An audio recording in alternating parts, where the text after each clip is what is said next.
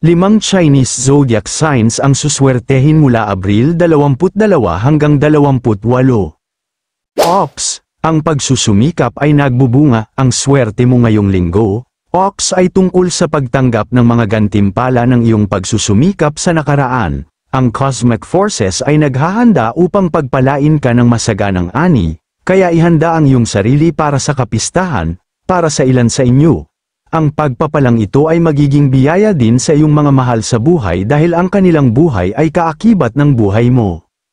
Kung sa tingin mo ay tinawag ka, magsuot ng kulay na pula ngayong linggo para mapalakas ang iyong swerte. Hinihikayat ka rin na huwag gumawa ng higit sa kung ano ang kinakailangan sa pag-asang matanggap ang iyong mga dapat bayaran. Matatanggap mo sila kahit anong mangyari.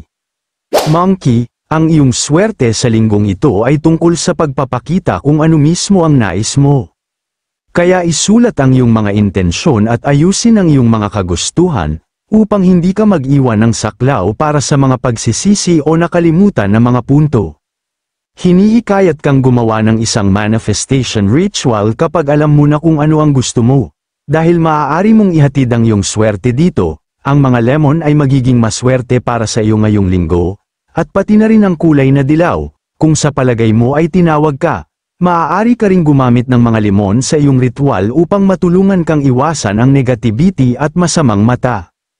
Rat, confident na swerte, ang swerte mo ngayong linggo ay lalabas sa loob mo.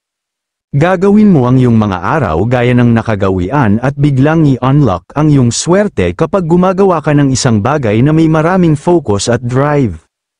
Doblehin din ang iyong kumpiyansa at pagtitiwala sa sarili ang iyong swerte, kaya siguraduhin hindi mo sinasabotahe ang sarili, o hahayaang mag-ugat ang negatibong pag-uusap sa sarili. Kung sa tingin mo ay tinawag ka, magsuot ng kulay asul ngayong linggo, mapapalakas nito ang iyong swerte, at gagawing mas madali para sa iyo na ipaalam ang iyong mga pangangailangan sa pinakamabisang paraan na posible. Ang ilan sa inyo ay maaaring makaakit din ng ilang taga-suporta. Snake, bagong swerte, ang swerte mo ngayong linggo ay tungkol sa bago at matapang. Kaya, hayaan ang iyong panloob na anak na lumabas at maglaro. Hayaang ilabas nito ang iyong malikhaing henyo sa mundo. Anuman ang lalabas mula sa espasyong ito ay magugulat sa iyo sa pinakamahusay na mga paraan na posible, at pagkatapos ay tutulungan ka ng iyong kapalaran na dalhin ang lahat sa susunod na antas. Kung sa tingin mo ay kailangan mo, magsuot ng mas maraming pula ngayong linggo para mapalakas ang iyong swerte at magmaneho. Hinihimok ka rin na huwag pansinin ang mga opinyong lumulutang sa paligid mo. Kailangan mong magkaroon ng pananampalataya sa iyong mga kakayahan upang gumana sa tunay na swerteng ito.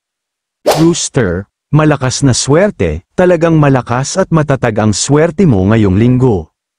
Kung sinusubukan mong bumuo ng isang bagay na tatagal sa pagsubok ng oras, ang swerteng ito ay makakatulong sa iyo na gawin yun at higit pa. Ito ay totoo lalo na para sa iyo sa industriya ng real estate, gayon din para sa mga may-ari ng negosyo at mga creative.